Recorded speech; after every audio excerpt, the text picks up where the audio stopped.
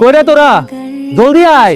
এ মাইয়া টাকাটা তো ওরে আমি নগদ 10 লাখ টাকা দিয়ে আজকে বিয়ে করে আনছি। আজকে থেকে আমগো বাড়ির যত কাজ কাম আছে সবকিছুই ময়না করব। 10 লাখ টাকা দিয়ে এই মাইয়া আনছো, আর কাজ কাম পারবো তো ঠিক মতো? তোর মনে নাই আগের বউটা তোর তো কুইলার বাচ্চা ছিল, রোগে শোকে ভরা, এই রোগের লাগে তো মইরাই গেল। মা কি আগের বউ আগের আর ও বাড়ির সব কাজ কাম জানে।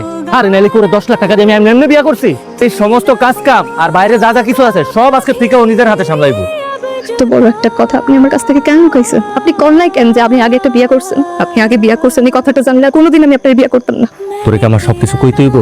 আমার মুখের কথার উপরে কখনো কথা কবি না। তার লোক এক ঘরে এক বিছানায় আমি থাকবো। কি কইলি তুই? ফকিনের বাচ্চা, এই ছোট লোকের বাচ্চা, তুই আমার লগে এক ঘরে থাকবি নাকি? তোর লগে আমি এক ঘরে থাকুম না।